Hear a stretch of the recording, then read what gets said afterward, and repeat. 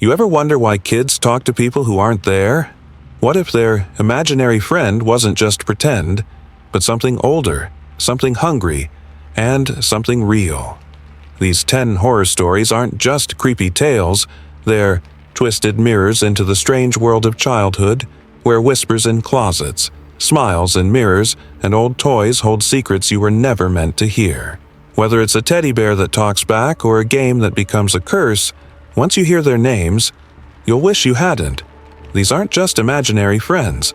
They're waiting, and they don't like being forgotten. We tell kids it's okay to have imaginary friends. It's cute, right? A sign of creativity, a harmless phase. But what if it's not? What if they're not just making things up? What if they're seeing something we can't? Welcome to Child's Imaginary Friend, a horror anthology that dives into the nightmares hidden behind innocent eyes. 10 eerie stories where fantasy bleeds into reality, where children unknowingly open doors that were never meant to be opened. You'll meet Max, whose teddy whispers secrets in the dark. Isla, who finds a mirror twin with her own wicked rules. Sam, who swaps places with a ghost girl named Ginny. And Liam, whose lonely attic discovery leads to an ancient warlock writing his way back into the world. Every story is crafted with tension, mystery, and heartache, because horror doesn't just come from jump scares. It comes from love turned to grief, from curiosity turned to dread. These children aren't just victims, they're conduits, and they're friends. Well, they're not here to play. If you're someone who loves stories with slow-burning dread, psychological twists, and endings that haunt, then you're in for something special. You'll laugh nervously. You'll hold your breath. And you might think twice the next time you hear a whisper from your child's room. So, are you ready? Story number 1. Rachel Whitmore hadn't slept in 3 days. Not really. She'd doze off here and there. 10 minutes on the couch, maybe a half hour slouched in Jonah's race car bed before her neck kinked and her back screamed her awake. But real sleep? That hadn't happened since the whispering started. It began 2 weeks after Liam's funeral. Jonah, her sweet, wide-eyed 6-year-old, had crawled under the table during breakfast and refused to come out. "He wants pancakes too," he said, licking syrup off his fingers. "You forgot his plate." Rachel crouched beside him. "Who wants pancakes, sweetheart?" Jonah grinned. "Mr. Scratchy.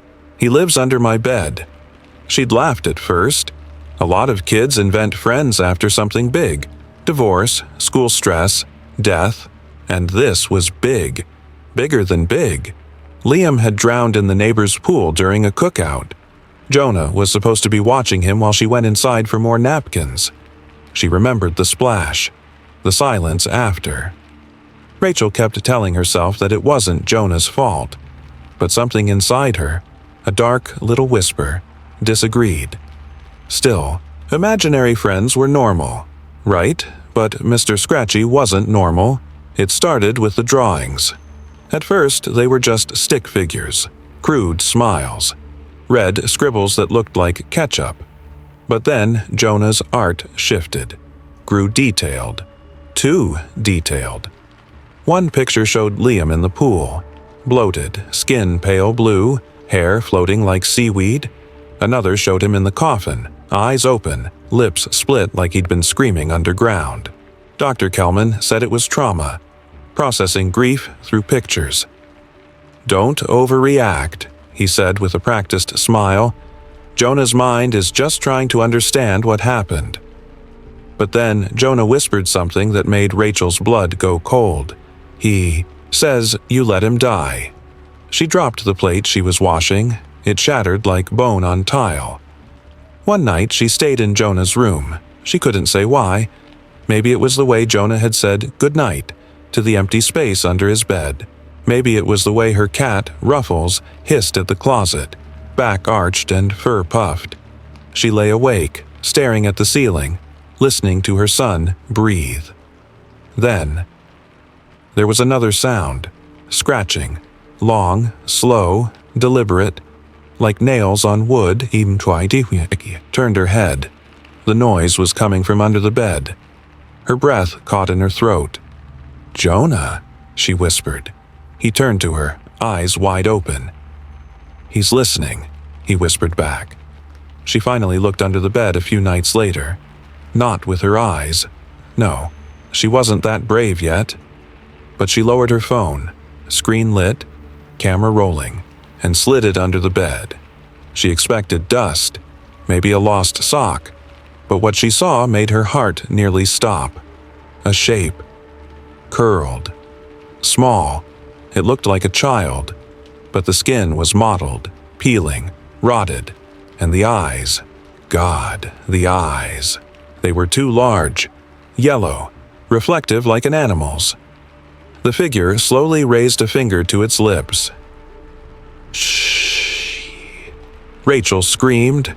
Jonah didn't even flinch. Dr. Kelman scheduled another appointment. "Jonah believes Mr. Scratchy is his brother," he explained. "It's a way to keep Liam close. You just have to be patient." But it wasn't Liam. Not anymore. She started finding puddles of water in Jonah's room, heard whispering through the baby monitor even when Jonah wasn't home. And once, while scrubbing a mysterious red smear off the wall, she caught a glimpse of something in the reflection. A grinning, gray child crouched just behind her. She turned. Nothing there, but her heart wouldn't stop racing. It wouldn't stop for days. The truth came in pieces. Jonah confessed one night as calmly as if he were telling her what he had for lunch. "Mr. Scratchy says Liam's cold, that he hurts. He said if I bring him food, he'll stop scratching." "What kind of food?" she asked, trying not to shake. "Feelings. Sad ones. Scared ones. He likes it when you cry." Rachel felt sick. That night she opened the old baby monitor app on her phone and left Jonah's room. At 3:12 a.m. she heard it. A low voice. Not a child's. Not even close.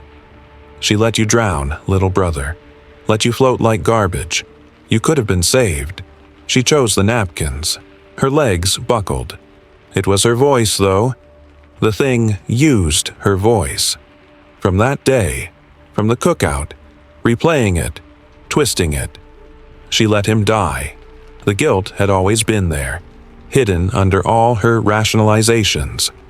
She had left Liam alone, in the shallow end. Just for a minute. 1 minute too long. Now the past was biting back, with jagged, rotted teeth. She confronted Jonah the next day. "Mr. Scratchy isn't your brother," she said gently, kneeling. "He's something else. Something bad," Jonah nodded. "He said you'd say that." He didn't argue. He didn't cry. He just walked to his bed, crawled under, and vanished. She screamed, tore the room apart, crawled under the bed herself, but there was nothing there. No child, no hole, no Jonah. Just dust. And then came the whisper. From under the bed. "Mommy, I fixed it." The wall behind her split open, top to bottom, a jagged black line oozing cold air. For a second, she saw it, Mr. Scratchy in his true form. Still child-sized, still Liam-shaped, but wrong. Wet, hollow-eyed, and smiling. Rachel ran. She woke up 2 days later in a hospital bed. The police found her unconscious in the yard, screaming about her son. There was no sign of Jonah. No evidence of a break-in. No clue. Just a single, childlike drawing on the wall above his bed. A stick figure holding hands with a smaller one, both standing in front of a door. The door was open. Something black poured out of it. It's been 3 years. Rachel moved away, changed her name. But the nightmares come back every time she sees a bed skirt or hears nails tapping on wood. She still dreams of Jonah's voice, soft and brave. "I'll protect you, Mommy." He took him with him, sealed Mr. Scratchy away. Somewhere dark. But sometimes when she leaves the window open at night, the wind brings a whisper. "Hi, I'm Mr. Scratchy. Want to be my friend?" Story number 2. The lights flickered again. Just a quick stutter, the kind you could ignore if you were busy enough. Marcy Green wasn't. She noticed, because every time the bulbs blinked like that, her daughter smiled. 8-year-old Natalie, sitting cross-legged on the living room carpet, didn't look up. She just stared at the blank corner of the room and whispered something under her breath. Then she giggled, a sharp, sudden sound that didn't match her usual quiet. Marcy put down the laundry basket. "Who are you talking to, sweetie?" Natalie tilted her head. Her eyes didn't meet her mother's. Ava. Of course, the imaginary friend. Natalie had never been what you'd call outgoing. She was sweet, smart, but not the kind of kid who played tag or talked much in class. She liked books, dolls, long walks around the backyard mumbling stories to herself. Her teacher once described her as pleasantly distant. Then they moved into the new house, an old fixer-upper on Mill Creek Lane, and things changed. Natalie still didn't talk much to other people, but now she talked to someone. Ava, who only showed up when the lights flickered. The first real warning sign came a week later. The family cat, Buttons, was found dead in the laundry room, twisted under the dryer like it had been shoved there.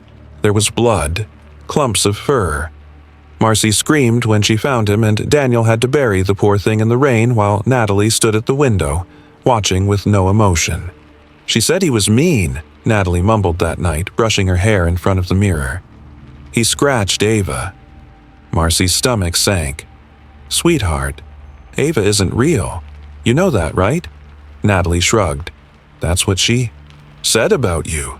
Daniel tried to laugh it off. "Kids are weird. Imaginary friends are normal. Remember when I used to talk to my Batman action figure?" But Ava didn't feel like Batman. She felt present, like a second child in the house, one that never came to dinner but moved things in the night. Marcy swore she heard footsteps above their room at 3 a.m. when Natalie was sound asleep beside her. Then the plates started falling off shelves. Furniture shifted. Lights burst, and once, just once, they heard a voice whisper through the baby monitor they hadn't used in years. "Let's play in the fire." They brought in Father Tomlin after that. The old priest had seen a lot in town. Called himself more of a counselor than an exorcist. But he took one look at Natalie and his face lost all its warmth. "She doesn't look possessed," he said quietly. "But there's something behind her eyes, something else in there." He sprinkled holy water, lit candles, said some prayers. The house was quiet that night, peaceful almost, until Marcy went to tuck Natalie in and found her sitting at her desk, drawing with her red crayon. "Are you drawing Ava?" she asked gently. Natalie didn't look up. "She's drawing me too." The drawings were strange. All of them featured Natalie and Ava, always hand in hand, always surrounded by flames. The two girls smiled with their heads tilted at unnatural angles like broken dolls. Behind them, the house burned, windows black, and bleeding. Daniel finally snapped. He stormed into the attic, determined to find the cause. Wiring, maybe? A gas leak. Something logical. What he found was a stack of scorched newspapers hidden under the floorboards. Fire on Mill Creek, child. Dead in tragic accident, only. It wasn't a girl named Ava who died. It was Lillian Walker, age 7. Her parents claimed the fire had started in her room. She'd been talking to someone before it happened. An imaginary friend, they said. One she called Ava. Ava didn't die. Ava caused the death. Marcy wanted to leave the house. Daniel wasn't sure where they'd go, but he agreed.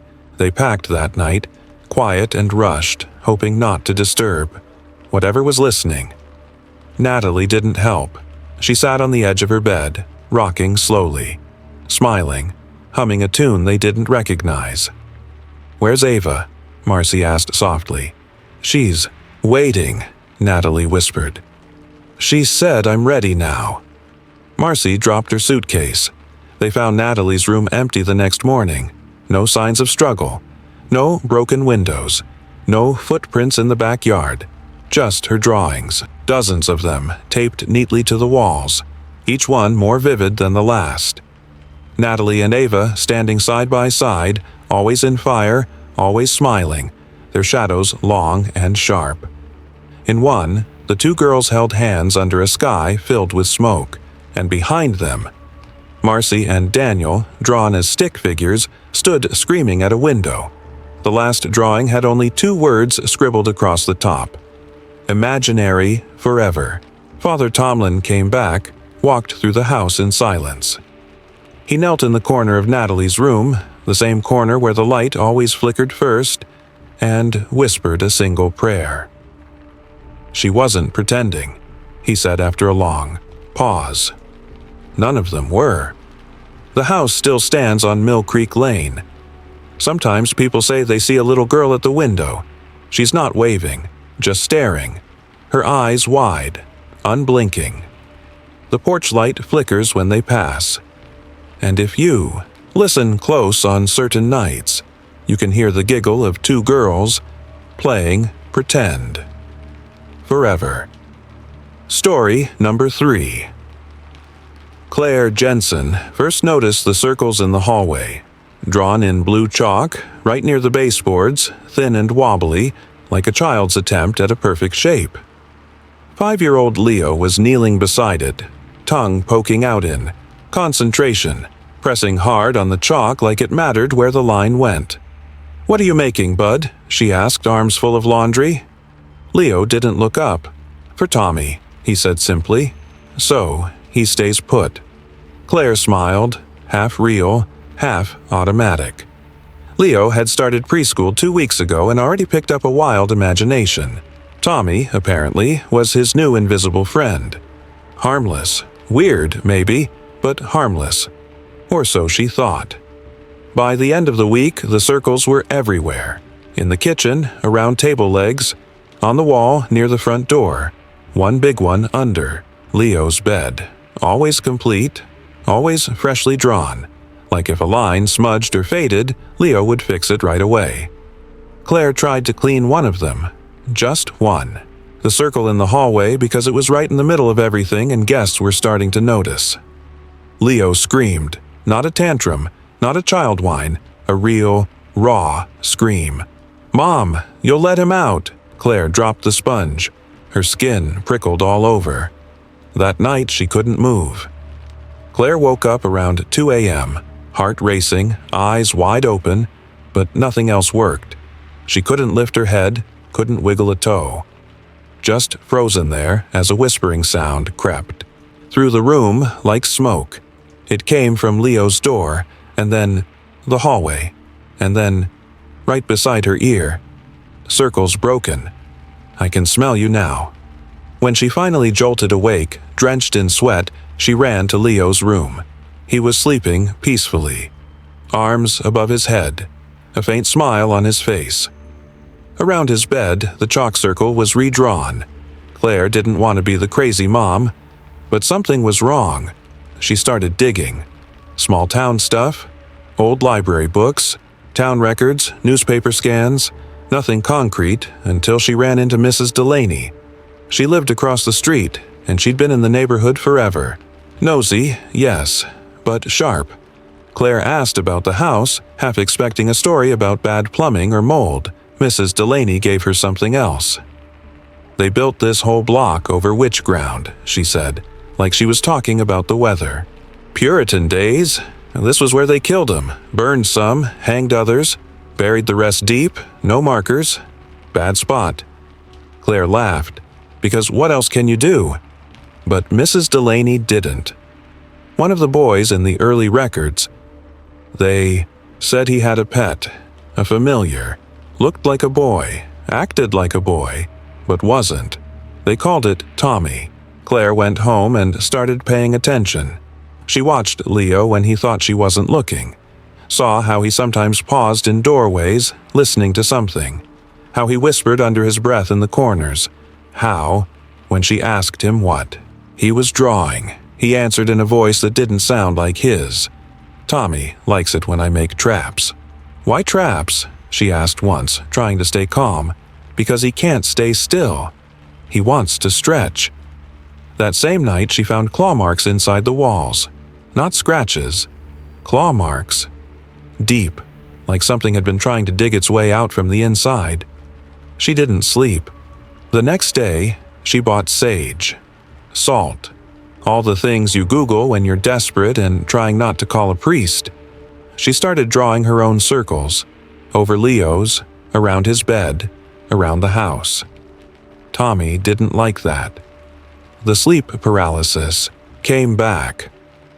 Worse this time. Claire couldn't breathe, couldn't scream, just lay there, helpless, as a shadow slithered up the wall.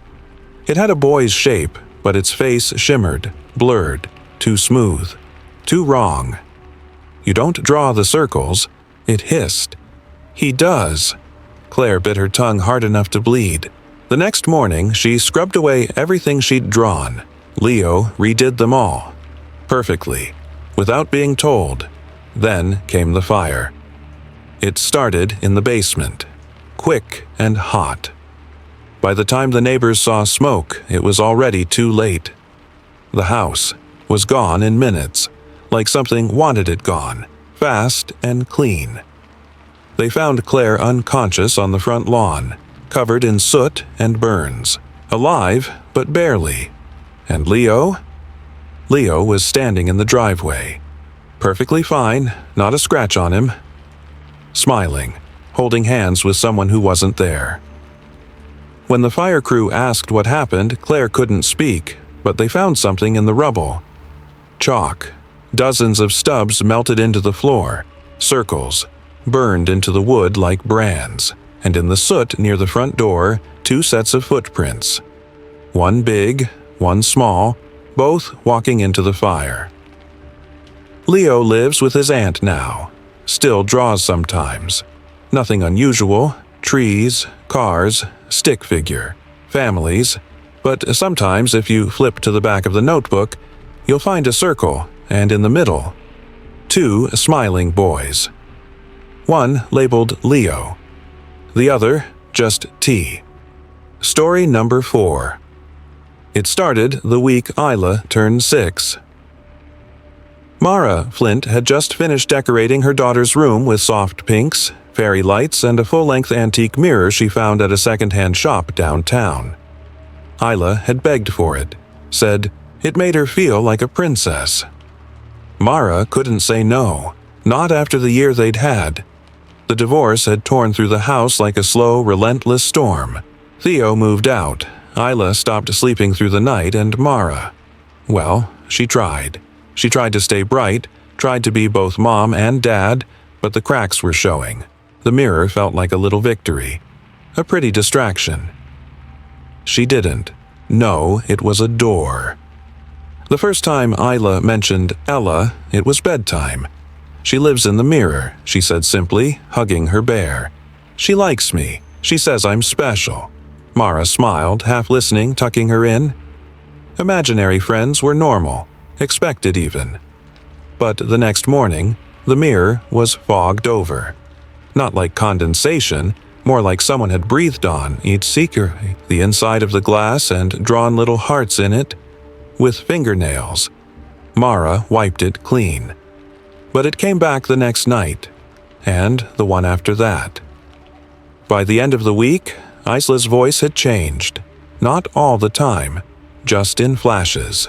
Little moments where she'd say something strange in a tone that didn't belong to a 6-year-old. "You're not as pretty as your reflection," she told Mara once, staring straight into her mother's eyes. "But she doesn't hate you. Not yet." Mara laughed it off, but inside, her skin crawled.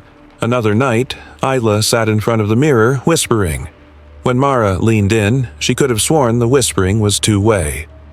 Isla speaking. Then a pause. Then something whispering back, and Isla laughed like it had told her the funniest secret in the world. The real fear began when Isla bit a boy at school. She'd never been violent. Not once. But that day, she snapped. Left teeth marks deep in another child's arm and didn't even cry when they called Mara to come pick her up. She said he looked through me, Isla muttered on the drive home. eyes locked on the side. "Oh, window." Ella doesn't like that. Mara didn't know what to say. She went back to the mirror shop, a narrow, dust-choked place run by a man named Mr. Kelpin, who seemed far too alert for someone with such tired eyes. When she showed him a photo of the mirror, he went pale. "You bought that one?" She nodded. "Why?" "What is it?" He rubbed his forehead. "That piece came from the Chalmers estate. Family lost a daughter in a fire. Mother went mad. Swore she could still see her girl in the glass. Said her soul had been snagged, like thread on a nail." "What does that mean?" Mara asked, heart pounding. "It means," he said slowly, "some mirrors don't just show reflections. Some keep them." That night, Mara dreamed of the fire. She woke with the taste of ash in her mouth and Isla's laughter echoing from the hallway. When she rushed to her daughter's room, she found her standing nose to nose with the mirror, eyes glassy. Mara grabbed her, spun her around. "What are you doing?" "She said I could stay forever if I go with her," Isla said flatly. "It's warm there. It's better." Mara took down the mirror the next morning. She hid it in the basement. Isla screamed for 2 hours straight, but it didn't help. The whispers moved to the windows, the TV screens, even puddles in the backyard. Reflections. Any surface that could hold something. Mara caught her daughter standing in front of the oven door once, whispering into the glass like it was a phone line. Then came the worst day. Mara woke to find Isla missing. Doors locked, windows shut, no footprints, just the mirror, back in her room, hung neatly and in it. Isla's reflection, but she wasn't in the room, just the mirror. Mouth open, screaming, mute. And in her place, standing calmly on the carpet, was Ella. She looked like Isla, same curls, same pajamas. But there was a flicker behind the eyes, stillness that didn't belong to children. Mara backed away. Ella smiled. "You should have let us finish the game," she said, voice like cracked glass. Mara ran. She grabbed a hammer, ran back to the room. Ella didn't flinch, just watched. Mara raised the hammer high and shattered the mirror. The glass exploded into 1,000 sharp pieces. Mara collapsed, sobbing. No more Ella, no more mirror, but Ela didn't come back. It's been 6 months. Mara stopped teaching, stopped sleeping in her own bedroom. The house is mostly quiet now, but she keeps finding bits of broken glass, no matter how many times she sweeps.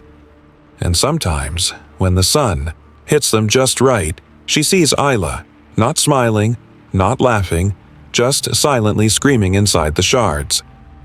Story number 5. Denise March noticed the quiet before she noticed the danger. It was a Tuesday, a soft, normal kind of day. She picked Caleb up from school, asked about his day, and got nothing but a shrug and a smile. No big deal. Kids have off. Days. But by dinner, he still hadn't said a word. And by bedtime, she felt it. That creeping, still kind of quiet that doesn't just mean shy or tired. It meant something was wrong. He hugged her good night without a sound, then padded down the hall to his room, closing the door behind him. The next morning, he was still silent. Denise wasn't just any mom. She was a speech therapist. She spent her days helping kids find their voices, so the irony of her own child going completely mute wasn't lost on her. She ran through the usual checklist: trauma, fear, bullying, developmental regression. Nothing. Added up, his teacher, Miss Lorena, said he was fine on Monday. Happy, even. A little quiet, sure, but drawing pictures and playing with the others. He told me he made a new friend, she'd said. Some imaginary buddy named Whisper. Denise didn't like the sound of that. By Thursday, Caleb started writing. Not full sentences, just little notes, left around the house like breadcrumbs. He says my voice is full of noise. Whisper doesn't like noise. Silence is safe. Shh. Denise's stomach twisted when she found one tucked in her pillow. It just said, "He's hungry again." She tried everything: doctors, child psychologists, even sat with him at night whispering, softly, trying to coax a word, a laugh, anything out of him. He just stared past her, eyes flicking toward the closet. That damn closet! She checked it twice a night. Nothing there. No obvious monsters, no vents blowing weird noises, just clothes and toys and that old blanket he used to love when he was a baby. Still, when the lights went out, the air in his room turned heavy, like something thick was pressing on the walls, waiting for sound to slip through. The house grew quiet, not just because of Caleb. The fridge stopped humming. The pipes didn't clank. Even the birds outside seemed to vanish from the yard. Denise played music during dinner just to hear something, but it would cut out. Radios fizzled. Her phone glitched when she tried to record Caleb, and the messages kept coming. "Whisper likes me because I don't talk." He says voices hurt him. He had other friends before. They're gone now. Desperate, Denise turned to someone she never thought she'd need: Dr. Shaw, an occult specialist. Not exactly her comfort zone, but she was out of options. He listened without laughing. That helped. He asked for the notes Caleb had written, read them slowly, then went quiet. "You're dealing with an echo feeder," he finally said. "Old folklore. A void spirit that latches onto children, particularly those with strong voices or rich emotions." Denise blinked. "You mean it eats sound?" "More than that, it consumes will. It feeds until the child doesn't resist anymore. Then it takes them." She laughed a little too loud. "You're serious?" He nodded. "You said his name was Whisper?" She didn't sleep that night. The house felt colder, thicker, like breathing through a wet towel. She sat outside Caleb's room with the door cracked open. He lay in bed, eyes wide, facing the closet. The whispering started at 3:17 a.m. Not Caleb, not her, something else. A voice, thin and crumbling like wind scraping bone. Almost full. Denise rushed in, turned on the light. Caleb didn't even flinch. He looked at her, then pointed to the closet. She opened it. There was nothing inside until she looked up. High in the corner, half sunk into shadow, was a shape. Long-limbed, boneless, like a spider made of smoke and velvet. Its face was smooth, empty, except for a mouth that didn't open but thinned, thin enough to slip sound inside. The light bulb burst. The door slammed shut, and the world went silent. When she woke up, it was morning. The closet door was open. But Caleb's bed was empty. All that was left was a piece of paper on his pillow, written in his neat, childlike handwriting. "I'm quiet enough now." And one more word, scribbled below in a different hand. Longer strokes, older, more. The house is loud again. Radios work, pipes knock.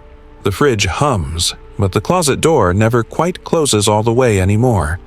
And sometimes, late at night, if Denise passes by and listens close, she hears a whisper.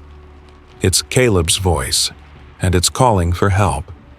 But there's something else breathing behind it, waiting for another voice. Story number 6. Caroline Vale had always wanted a quiet place to write. Something with charm, creaky floorboards, maybe a porch swing. A place where her husband Grant could finally relax, where their daughter Olivia could grow up without constant sirens or schoolyard screaming.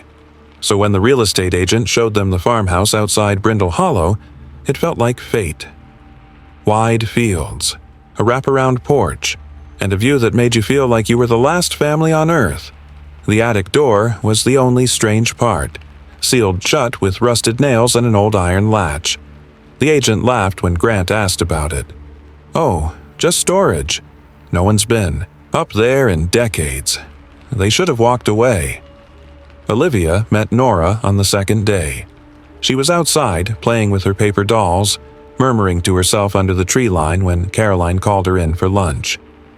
"She's cold," Olivia whispered, while chewing her grilled cheese. "Who's cold?" "Nora," she said, blinking up at her mom like it was obvious. "She lives upstairs." Caroline laughed nervously.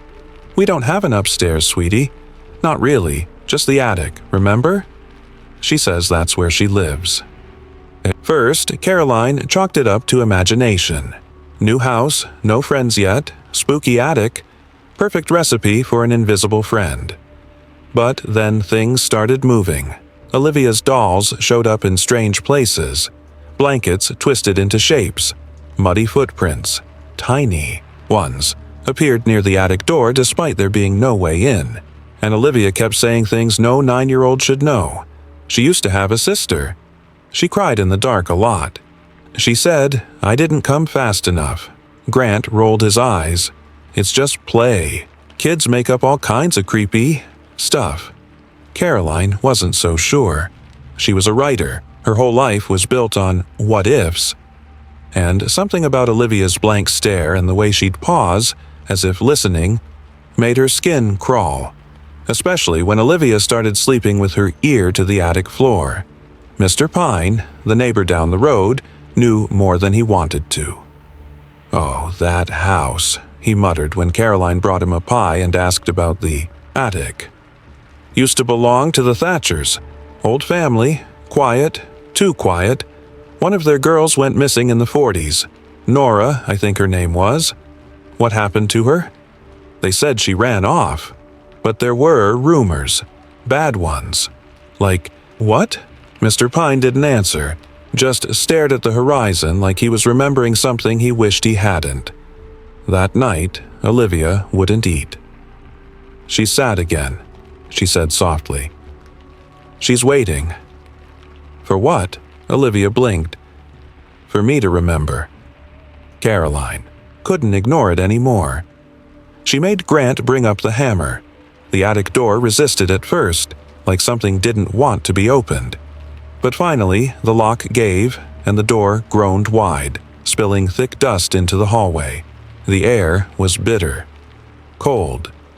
They climbed the stairs together. Olivia stood below, staring up like she was watching ghosts come home. In the attic, everything was still. Wooden floor, cobwebs, a broken rocking chair, and in the corner, a pile of cloth, bones, small, curled. Nora. She had been left there. Starved, forgotten, but her fingernails were broken. Like she'd tried to claw her way out. Caroline fell to her knees. "Oh, God." Beside her, Grant said, "Nothing." His face had gone white. And downstairs, Olivia began to hum. The remains were gone by morning. Vanished. But Olivia was different. She no longer came downstairs, no longer ate with them. She whispered in her room, rocking back and forth, arms wrapped around herself like she was holding someone else. When Caroline asked what she was doing, her daughter smiled. "We live up there now," she said, voice flat. "Me and Nora." Caroline tried to move them. Pack up. Leave. But the car wouldn't start. Phone wouldn't ring. The attic door was open again, and from above every night came the sound of 2 girls laughing. One of them had been dead for 80 years. Story number 7. Lisa Breyer had always trusted the mind. She'd studied it, built her career on it, written papers that other doctors actually read. She believed in patterns, in trauma, in science. But when it came to her son, Sam, 10 years old, smart as a whip, always asking questions, none of that helped. Not when he started talking about the girl in his room. "Her name's Ginny," he said one morning over cereal, as casually as if he were naming a classmate. "She wants to be me. Just for one day." Lisa laughed. "Oh yeah? What would you do if you got to be Ginny for a day?" Sam looked up from his spoon and said, without blinking, She says I don't get to be anything, not after. The bruises started the next week. Tiny, round ones along his ribs, faint but growing darker. Lisa thought maybe he was bumping into things at school, gym class, climbing trees, but then they showed up on his neck, on his back, finger-shaped, and Sam, her Sam, started changing. He didn't laugh at the cartoons he used to love. He didn't ask questions anymore, and sometimes Lisa would find him staring at the mirror in his room, perfectly still, like he was waiting for someone on the other side to move first. Her husband, David, tried to reason through it.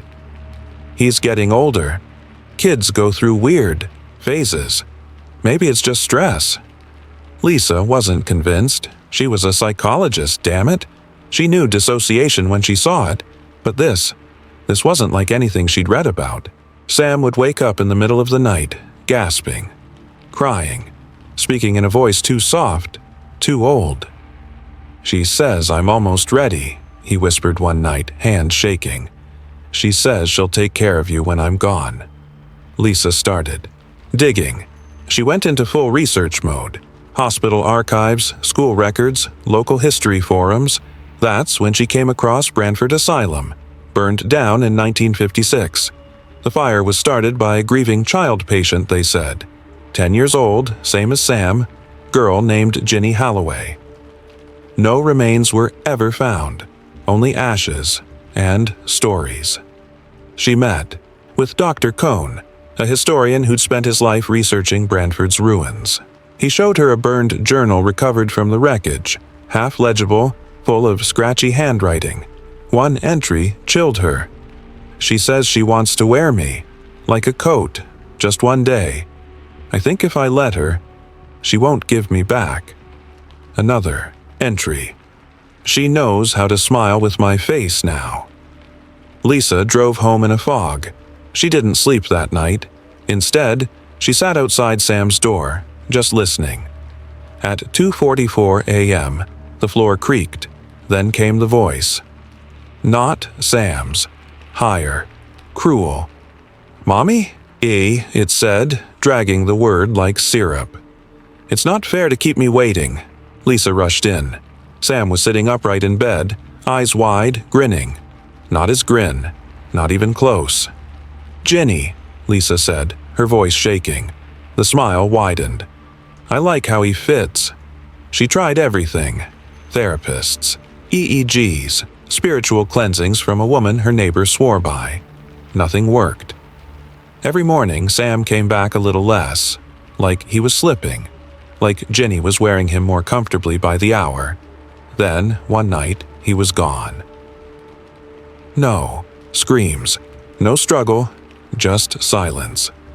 Lisa ran into his room to find Sam sitting at the edge of the bed, fully dressed, staring out the window. She called his name. He turned around, and Lisa knew it wasn't him. Ginny smiled with her son's lips. "You should have let me have one day," she said. "Now I get forever." Lisa never gave up searching. But Sam's drawings changed. They showed dark rooms filled with crying faces. Children, all with their mouths sewn shut. Tiny names scratched into the walls. And in every picture, one girl stood smiling in the middle. Ginny. Sometimes, late at night, Lisa hears a whisper through the baby monitor she refuses to throw away. It sounds like her son. Trapped. Calling from somewhere deep, begging her to listen. But there's always another whisper behind it. One that says, more. Story number 8. The first time Max said the teddy bear talked back, Anna Wolf thought it was sweet, a little sad maybe, but sweet. He'd only been with her a week, a quiet, nervous 5-year-old with big eyes and a habit of flinching when someone opened a door too fast. He didn't like loud voices, didn't like hugs much either, but he loved that teddy. Small, worn, stitched around one button eye. Anna didn't know where it came from. Maybe a hand-me-down from his last foster home, maybe something he brought from wherever he'd been before that. He called it Mr. Grumbles, and he never let it go. "Do you talk to him a lot?" Anna asked one evening as Max tucked the bear under his blanket. He nodded. "He talks back." She smiled gently. "What does he say?" Max looked up at her, face serious. "He tells me what to do when people are bad. The first pet went missing the next day. Mr. Callahan's cat, a gray old thing that usually lounged in their garden, was found dead behind the shed." Max was standing nearby, holding Mr. Grumbles, whispering something Anna couldn't quite hear. She asked what happened. "He scratched Mr. Grumbles," Max said, eyes wide, voice flat. "So I said sorry, but Teddy said he had to learn." Anna swallowed hard and called it a coincidence. By the end of the month, it wasn't just animals. The neighbor's dog, a raccoon, a bird that slammed into their kitchen window. All dead, all near the house, and Max? He was changing. He stopped drawing, stopped talking to anyone but the bear, and the baby monitor, installed just in case, started picking up whispers in the middle of the night. Low, grainy voices, two of them. One, thin and shaking, Max, the other, scratchy and calm. "Do you still miss her?" the voice would ask. Max would whisper, "Yes." "She didn't protect you either." Anna started to unravel. She'd taken Max in to make up for her past. Her own daughter, Casey, had died in a freak accident 3 years ago. Choking on a toy while Anna was in the next room finishing a work call. She still heard the silence before the scream. Taking Max was supposed to help, heal the cracks. But Max was slipping away, and the bear, Mr. Grumbles, was always watching. CPS officer Linda Torres dropped by one rainy afternoon. Routine check, Max wouldn't speak. Just clutched the bear tighter while Linda asked questions and took notes. Anna tried to explain the silence, the nightmares, the strange drawings that now covered Max's walls. Shadowy figures, fire, a teddy with sharp teeth. Linda raised an eyebrow. "You think he's possessed by a toy?" "I think something's wrong," Anna said near tears. "I think the bear is doing something to him." Linda stood slowly. "Anna, kids blame things they can't control. Maybe you're doing the same." Anna almost hit her. That night the whispers got louder. Anna woke to static on the monitor and something new. Laughter. She ran into Max's room. He was sitting, cross-legged on the floor, facing the closet. Mr. Grumbles sat across from him. Between them, a candle flickered. "I didn't want to hurt anyone," Max whispered. "But you said she doesn't care, that she let her own kid die." The bear was silent, until it wasn't. In Anna's voice, clear and cruel, the bear said, "Work comes first, remember?" The fire started at 3:42 a.m. The house was already filled, with smoke by the time the alarm screamed. Anna clawed her way through the hallway calling Max's name, coughing, choking, falling to her knees. But he was gone. Room empty, window shut. Just smoke and flames and that damn bear sitting in the center of the bed. Untouched. They found the bear in the ashes. No burns, no soot, just resting on the windowsill like it had been placed there carefully. Gift wrapped, a small card, tied around its neck. For someone who still needs a friend. Max was never found. No signs, no leads, no hope. But in another town, weeks later, a different foster home received an unexpected package, a teddy bear. One eye missing, smile crooked. Waiting, patiently. Story number 9. It started as a game. Jules made it up on a rainy afternoon, stuck inside with her little brother Timmy and a half-dead tablet that refused to charge. They'd already played hide-and-seek, board games, and don't touch the floor for the 1,000th time. So Jules, who was 12 and too clever for her own good, invented something new. "Let's play Lady Willow," she said. Timmy blinked. "Who's that?" Jules leaned in, dropping her voice like a campfire storyteller. "She's a ghost girl with a cracked neck and no feet. She drags her dress across the floor and punishes bad kids, but only if you say her name 3 times. Timmy shivered, giggling. "What happens if you do?" Jules smiled. "She comes to watch." They played it all week. Jules drew a picture of Lady Willow, a thin girl with empty black eyes, tangled hair down to her knees, and arms that stretched too long. They made up rules: never say her name at night, never play alone, and never look in the mirror after dark. It was pretend. Just something to fill the boring days while their parents were working and Grandma Nan was out back feeding her birds. But then the noises started. Scratching in the walls.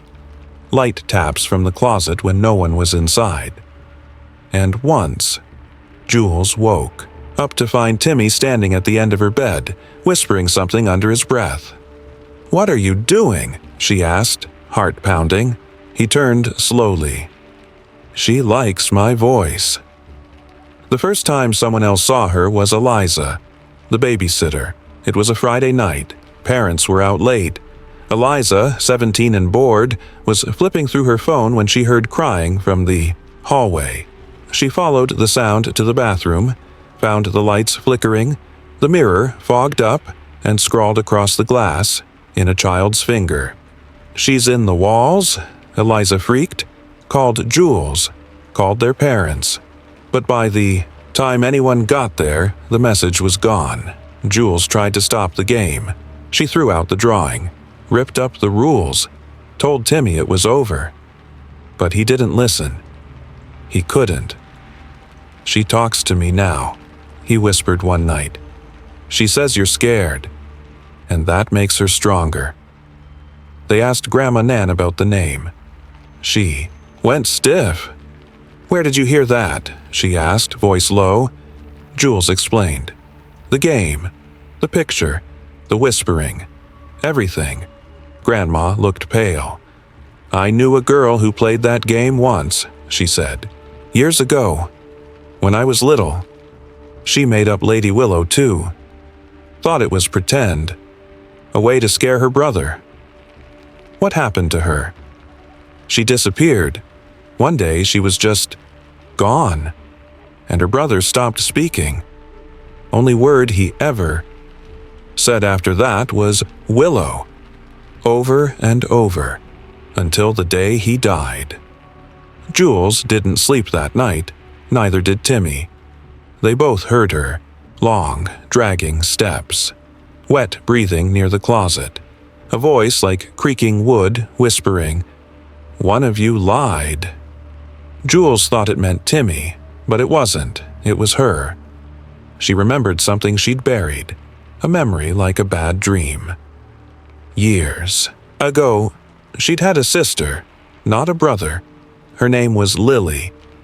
They played pretend games too, and one day, Lily vanished. The family never spoke of it again. Jules was too young to understand, and they rewrote everything. Gave her a new truth, a cleaner one. But Lady Willow remembered, and she was angry. The storm hit 2 nights later. Windows rattled. Power died. Timmy screamed from his room. Jules found him standing in front of the mirror, crying. "She says it's my turn now." "No," Jules shouted. "Take me instead." The mirror cracked. Timmy vanished. Jules woke up outside, cold and covered in mud. Alone. Police searched for weeks. Timmy was never found. Everyone pitied her. Everyone believed her story about the intruder, about the fire, about the way things ended. But in the mirror, every mirror, she saw the truth. Her eyes weren't her own anymore. They were darker, deeper, empty. Because Jules wasn't Jules now. She was someone else.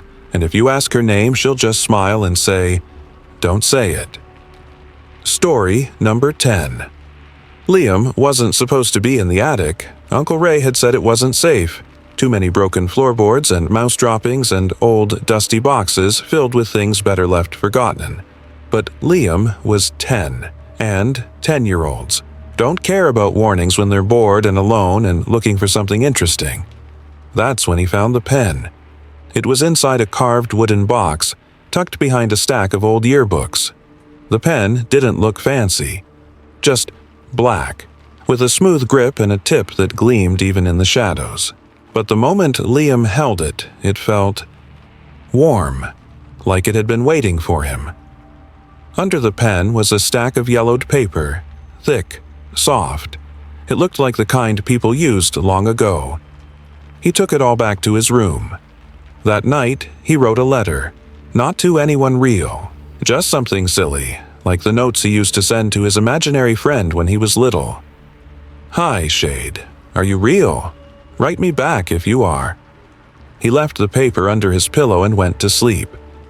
In the morning, the page was blank, but when he held it near the candle on his nightstand, just out of curiosity, words appeared in faint, slanted writing. "Yes, Liam, I'm here. Thank you for writing." At first, it was fun. Liam wrote every night, and Shade always replied.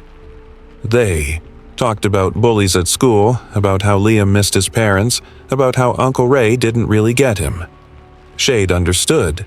He told Liam he was special, that they were connected by fate, that the pen was a gift, an ancient one, and Liam had been chosen. Then the instructions began. Little things at first. Place the pen in a circle of salt. Burn one corner of the page before reading it. Draw a door on the wall. Just trust me. The cat knew first. Milo, Liam's fat orange tabby, hissed every time the pen came out. He knocked it off the desk, scratched at the closet where Liam kept the letters. Once, Liam found him crouched outside the attic stairs, growling. Liam tried to ignore it. Shade said animals couldn't understand. Shade said people wouldn't understand either. One afternoon, Mrs. Emerson at the town library pulled Liam aside. She was old, always smelled like peppermint and paper, and had a voice like she was used to being ignored. "I heard you've been writing," she said, smiling too tightly. "Not just schoolwork, I mean." Liam froze. "How did you—" "I know, about the pen," she said. "I knew the man it belonged to, a warlock. Died here, trapped in ink by his own brother. His name was Shadrach. They called him Shade for short." She leaned in close. "Don't let him out." But it was too late. The more Liam wrote, the stranger things became. He drew symbols in chalk on the basement floor. Shade called them seals. He placed drops of his own blood on a letter once, and the ink drank it. The letters started to smell. Smoke, dirt, something rotten beneath the words. And then one night he wrote the wrong thing. "How do I meet you?" Shade replied. "One more letter, one more offering, then open the book." "What book?" Liam whispered aloud. The pen twitched in his hand. He found the book in the attic. Same box, beneath a false bottom, bound in leather that didn't feel like leather, pages sealed shut with red wax. He brought it down to his room, trembling.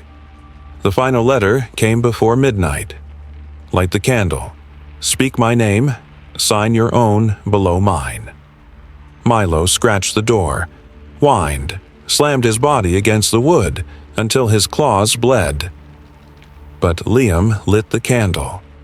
He opened the book, he signed his name, and Shade stepped out. Uncle Ray found the room empty. The desk was clean. The bed untouched. No signs of struggle, just a single sheet of paper on the floor. It read, "Thank you, Liam. You were perfect." Milo was never the same. He sits at the window now, staring at the attic, tail twitching, and in the library, tucked between the shelves where no one ever goes, Mrs. Emerson finds a new box, a new pen. Waiting. If these stories got under your skin, don't keep it to yourself. Like, share, and subscribe for more chilling tales that push the boundary between the real and the unreal. leave a comment. Below, what would you do if your child's imaginary friend whispered your name? And remember, don't say their names out loud.